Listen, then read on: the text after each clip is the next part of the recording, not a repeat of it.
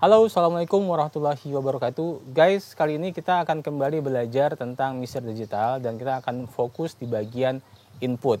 Nah, di sini juga saya siapkan mixer analog. Nanti kita lihat fitur di mixer analog itu, kalau di mixer digital di mana sih posisinya gitu ya.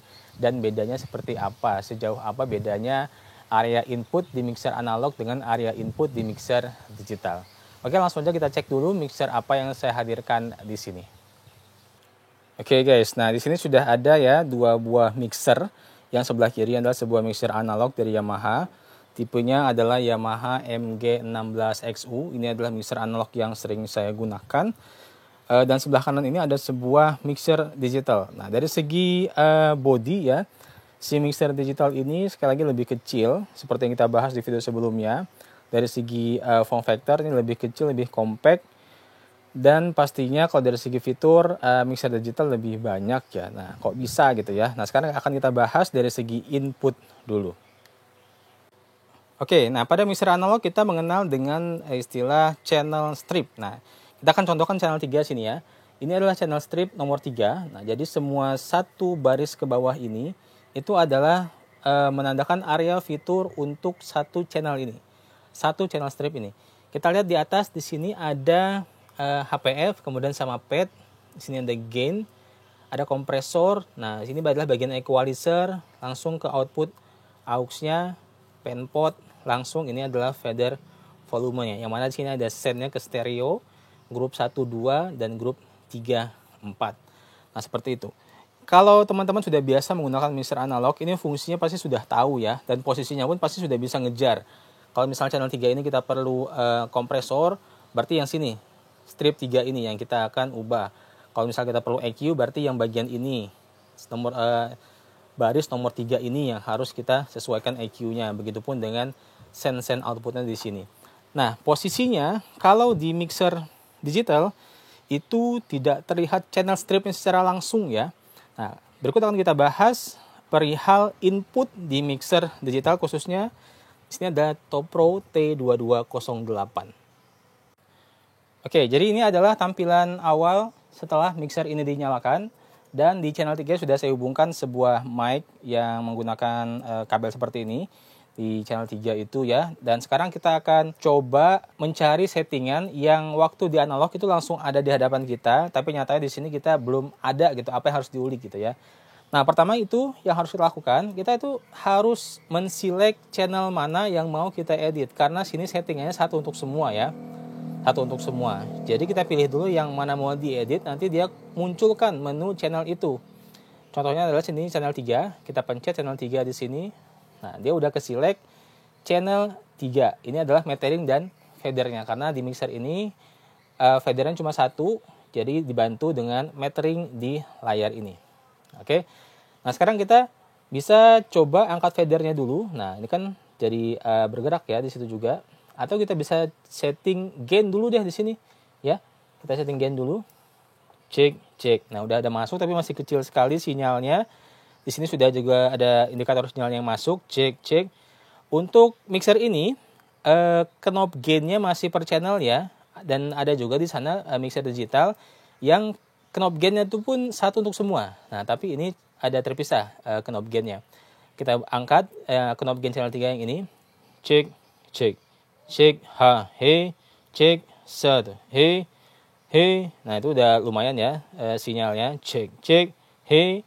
Nah, sekarang kita harus mendengarkan dulu deh suaranya seperti apa, karena untuk menu selanjutnya, fitur selanjutnya seperti equalizer segala macam itu berarti kan nanti kan bermain dengan suara ya. Nah, sekarang kita coba dulu alurnya untuk mengeluarkan suara yang barusan ada di sini ke speaker. Ini sudah ada saya hubungkan sebuah speaker aktif. Kita langsung aja setelah kita pencet channel 3 tadi, kita pilih yang ini, assign atau channel. Pencet pertama dia assign. Nah, di sini kita kirim dulu. Nah, jadi di sini kita fiturnya itu setelah memilih channelnya, kita juga harus pilih dia kirim kemana. Nah, sini ada aux ya, sama aja kayak di mixer analog itu kita membuka knob aux per channel. Nah, ini channel 3, knob aux-nya di sini, aux send-nya. Termasuk juga ada efek di sini. Nah, untuk kirim ke main LR, nah di sini ada pencet Ini kalau di mixer Yamaha itu seperti tombol merah di bawah ya. Jadi send to main. Pencet di situ. Pencet di sini, dia sudah terkirim ke main LR-nya. Kemudian kita angkat fadernya sampai ke 0 dB deh. Nah, 0 dB. Seperti ini. Nah, sekarang di mana kita mengeluarkan suaranya lagi, yaitu kita berpindah ke halaman main LR-nya. Di sini ada di sini, posisi sebelah kanan bawah, pencet main. Nah, ternyata dia belum dibuka. Kita harus angkat lagi, dia jadi 0 dB di sini. Harusnya suaranya udah keluar ya setelah kita naikkan 0 dB ini nanti. Cik, cik, ha, he. Nah, ini suaranya barusan udah keluar, lantang sekali di speakernya. Nah, sekarang ini, ingat, ini halaman main LR. Yang karena kita select tadi main di sini. Jangan sampai lupa, kita langsung ngulik-ngulik di sini, kita kira ini channel 3, nyatanya ini adalah halaman main LR. Untuk kembali ke channel 3, kita select lagi di sini. Nah, ini. Walaupun halamannya sama ya, ini sama, tapi ingat, kita harus lihat yang mana yang di-select. Nah, sekarang kan channel 3. Kita bisa aja ke select channel 4. Halamannya sama. Tapi yang sedang kita ulik beda. Ya, sekali lagi, kalau di mixer digital, kita harus lihat benar mana yang kita select. Karena itu yang nanti akan kita edit fitur-fitur di dalamnya. Oke, kita kembali lagi ke atas. Nah, ini ya. Ini adalah halaman assign. Di sini adalah tempat di mana kita mengirim sinyal dari channel ini ke mana yang kita mau. Kirim ke aux, boleh. Kirim ke main LR, boleh. Kirim ke efek, juga di sini halamannya. Ya, ini halaman pertamanya. Nah, setelah itu kita pencet sekali lagi. Nah, ini adalah ringkasan dari channel ini. Di sini kita dikasih lihat ada panning, ada left sama right. Bisa kita pan ke sini, kita bisa pan ke sini, kita bisa juga tidak di-pan kan, dikasih tengah itu aja juga bisa. Di sini juga ada inverse. Kita bisa balik polarity di sini. Ya. Kalau di mixer analog yang saya barusan, bahkan inverse pun nggak ada. Nah, ini berarti fitur baru yang hanya ada di mixer digital ini dibandingkan dengan mixer Yamaha itu. Kalau misal di mixer analog yang lain mungkin sudah ada yang inverse ya. Tapi khususnya mixer yang sering saya pakai itu kebetulan inverse-nya nggak ada. Nah, di sini ada nih. Nah, sekarang di sebelah sini ada delay-nya. Kalau kita mau input delay di setiap channel itu juga bisa. Di sini tempatnya. Nah, setelah kita pencet ini, kita nyalakan delay-nya, kita gunakan parameter adjust ini untuk menambah mengurang delay-nya. Tapi seringnya di input jarang ya yang kita sampai perlu mendelay input gitu ya. Mungkin ada beberapa scenario khusus yang mana kita sampai harus mendelay input. Sedangkan di sini ada link. Nah, ini kalau misalnya kita di analog kita mau channel stereo pakai 2 input kan settingnya masing-masing ya. Misalnya channel 3 dan channel 4 ini adalah keyboard, channel 3L, channel 4R, kita akan setting masing-masing. Nah, di mixer digital ini kita bisa satuin settingannya. Channelnya tetap 2, cuma kita satuin settingannya menggunakan link. Nah, otomatis dia ini jadi R, ini jadi L suaranya itu. Kalau misalnya kita pen nanti ke L, dia sebelah kiri aja yang nyala. Kalau kita pen ke R, kanan aja yang nyala. Seperti itu. Jadi sudah disettingin dengan fitur link ini tadi. Seperti itu ya. Nah, sekali lagi ini ada dikasih juga main send to main LR di sini. Nah, ini nih. Ini yang dari kemarin saya cari di mixer maksudnya yang saya perlukan, tapi nggak ada di mixer analog saya, yaitu gate. Salah satunya gate. Jadi gate ini, nah contohnya ya, cek. Fitur gate ini adalah salah satu fitur yang paling saya perlukan untuk nyeting mic, apalagi suatu event yang mic-nya banyak banget. Kadang ya beberapa mic itu tidak digunakan dalam satu waktu yang sama, dan saya tuh mau kalau dia lagi nggak digunakan itu, dia tuh posisinya off biar suaranya tuh nggak kotor di sound system. Jadi kalau misalnya memang dia nggak dipakai buat ngomong, dia tuh benar-benar suara tuh nggak masuk. Kadang kalau misalnya orang MC ya, dia itu lagi sebenarnya ngomong sama orang sebelahnya, tapi karena mic-nya itu on dan suara itu sayup-sayup masih terdengar. Nah, dengan menggunakan gate ini kita bisa atur level suara tertentu yang baru dikeluarkan ke sound system. Misalnya ya, ini kita on kan. Kalau di roller coaster ini seperti batas ketinggian ya. Jadi orang dengan ketinggian tertentu baru bisa masuk ke roller coaster. Nah, gate ini suara dengan ketinggian tertentu baru boleh masuk ke sound system. Nah, kalau misalnya kita on kan, tapi thresholdnya masih minus 84 dB di sini, suara seperti ini pun masuk ya. Artinya kalau hijau berarti gate-nya nyala. Tapi setelah kita threshold kita naikin, nah di sini kalau kita diam kan, dia merah, berarti dia nutup. Dan pada saat kita ngomong seperti ini, cek, cek, cek. Nah itu dia hijau, berarti suara itu akhirnya diterusin. Jadi kayak suara sayup-sayup itu harusnya hilang. Coba ini kita naikin lagi. Nah biar kalau posisi mic-nya jauh dari mulut saya, dia nggak akan masuk. Tapi pas ada deket, cek 1, 2, 3, baru dia masukin suara saya ke speaker. Jadi kalau misalnya mic ini jauh seperti ini, saya mau gibahin orang, nggak akan masuk ke sound system. Seperti itu. Nah sini attack, ini kalau menurut saya buat secepat mungkin. Ya. Di sini 0,5 milisecond boleh, atau 1 milisecond boleh. Saya tadi nemuin enaknya 2,5 milisecond. Dan kalau menurut saya rilisnya ini saya kasih mentok. Ini yang baru saya pelajari ya. Seperti itu. Tapi kalau misalnya teman-teman punya settingan tersendiri, boleh deh di-share nanti seperti apa. Ini gate. Oke. Nah, fitur lain yang ada di mixer ini, kita balik ke channel awal. Nah, channel 3 menu awal ini itu adalah, kita ke sini dulu, kompresor. Nah, kompresor ini pun juga berfungsi untuk mic ya kalau menurut saya. Jadi alat-alat yang menggunakan mic, jadi seperti vokal, selain vokal pun kayak drum seperti itu juga perlu kompresor. Mungkin ada beberapa alat musik yang dinamikanya juga liar, yang istilahnya tuh level pelan sama tingginya tuh terlalu jauh, itu diratakan dengan kompresor ya di sini.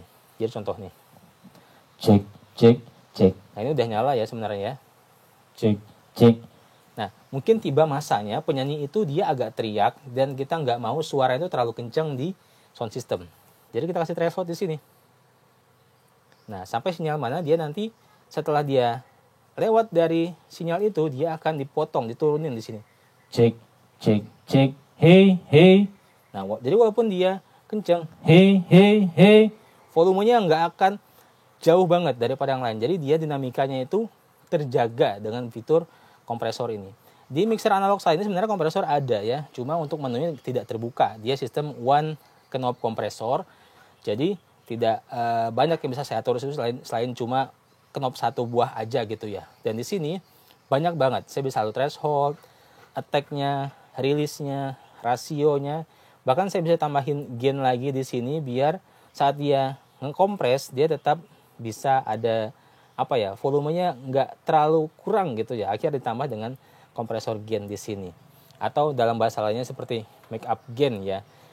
Nah, untuk attack di sini saya biasa pakai 10 milisecond aja. Rilisnya sebenarnya 2 kali dari attack udah cukup ya, tapi tergantung juga dengan jenis alat musiknya. Kadang itu kalau misalnya dia bentuknya seperti perkusi yang ekornya panjang, rilisnya pun juga mungkin agak lebih panjang seperti itu. Oke, berikutnya kita kembali lagi ke channel awal. Nah, ini adalah salah satu yang paling saya cari di mixer digital. PEQ. Nah, di sini. Kemarin kan kita ada buat video ya, EQ-nya Yamaha ini seperti apa gitu ya. Yang bisa diatur itu cuma level, dan untuk middle dia kasih selektor gitu. Tapi kalau kita lihat dia itu tidak bisa spesifik sinyal yang frekuensi yang mau kita ubah. Kalau di sini kita pertama punya 4 band. Biasanya kan cuma 3 band ya di mixer yang sebelumnya yang saya pakai. Di sini punya 4 band dan tiap band itu seperti ini. Pertama kita coba seperti ini dulu. Nah, ini kita atur lebar kecilnya seperti apa. Kita kalau mau ngurangin feedback pakai ini juga bisa banget. Contohnya kita turunin dulu ya. Kita pilih area yang sering feedback, mungkin di area atas ini kita pilih band 4. Nah, misalnya nih, saya mau kurangin di area sini. Nah, mungkin area-area sini kadang yang suka nganging-nganging gitu ya. Kita nggak perlu langsung banyak ini ya, EQ-nya. Mungkin kita perlu sempit aja seperti ini. Nah, mungkin kita perlu seperti ini. Ini cuma bisa di mixer digital. Di mixer analog nggak bisa. Nah, ini kita bisa geser-geser. Nah, kan ini enak. Jadi kalau misalnya kita mau ngilangin feedback, nggak perlu sebanyak high frequency yang kita potong. Cukup sekecil ini aja udah cukup banget. Nah ini terkecil ya, bisa dipotong, dia 24 nilai Q-nya. Jadi segini aja. Kalau misalnya mixer analog kita mau ngurangin di area middle, dia segini yang dikurangin. Nah mungkin segini yang dikurangin dia. Bayangin mau ngurangin feedback aja banyak banget yang hilang. Gitu. Kalau pakai mixer digital enggak, kita kurangin segini aja, tapi fokus ke frekuensi mana yang mau kita kejar. Ya, ini salah satu yang saya cari-cari di mixer digital. Gitu. Dan kita juga punya ini, high pass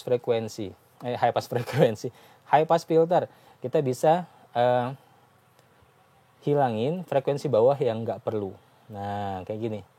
Bahkan sini ada filternya, BW berapa. Biasanya pakai BW 12 sih kayak gini. Nah, gini. Frekuensi berapa sampai dia itu akhirnya tidak terlalu belebek-belebek suaranya itu di subwoofer pada saat pakai mic gitu ya. Dan kalau misalnya kita pakai cage rack biar tidak banyak suara-suara rumble yang nggak perlu, kita bisa naikkan banget sampai ke area sini gitu, biar area cage rack aja yang keluar gitu kan. Jadi lebih fleksibel. Jadi akhirnya nanti di sound system kita tuh lebih clean suara itu. Nggak banyak suara yang nggak perlu. Bayangin kalau misalnya dari cage rack, ternyata dekat cage rack itu ada kipas angin, belebek-belebek itu masuk nggak di situ? Masuk. Jadi kita bisa kurangin pakai ini. Nah, kayak gini kan ya. Enak banget. Nah, jadi ini adalah andalannya dari mixer digital. Pokoknya itu saya paling suka mixer digital itu adalah area PEQ-nya. PEQ-nya enak banget. Jadi kalau kita mau mengatur suara, membentuk suara bisa di sini. Bahkan kalau misalnya yang Banjari itu ya, untuk beduk, nggak pakai modul, kalau bisa mainin di sini jadi suaranya. Nggak perlu modul. Bisa jadi kalau pakai mixer digitalnya, kalau bisa nyetingnya gitu ya. Nah, seperti itu. Jadi, di sini yang utamanya, bagi saya, yang berguna banget, 3 di tengah ini. Ada gate, PEQ, kompresor. Di mixer analog, kompresor ada, tapi nggak detail seperti ini. Di mixer analog, EQ ada, jenis PEQ juga, tapi nggak sefleksibel ini. Dan di mixer analog, nggak ada gate. Nah, itu dia. Itu yang menjadi utama dari mixer digital dibandingkan dari mixer analog. Oke, ini aja di bagian input menurut saya ya. Jadi di bagian input kita bisa atur kita mau kirim kemana suaranya di halaman ini. Kemudian ini adalah halaman rangkuman ya dari channel ini, channel strip ini. Kemudian di sini ada gate, ada kompresor juga. Kemudian di sini ada PEQ. Nah, dan setelah ini kita akan bahas output, bedanya output di mixer digital dan mixer analog seperti apa. Oke, terima kasih teman-teman. Assalamualaikum warahmatullahi wabarakatuh.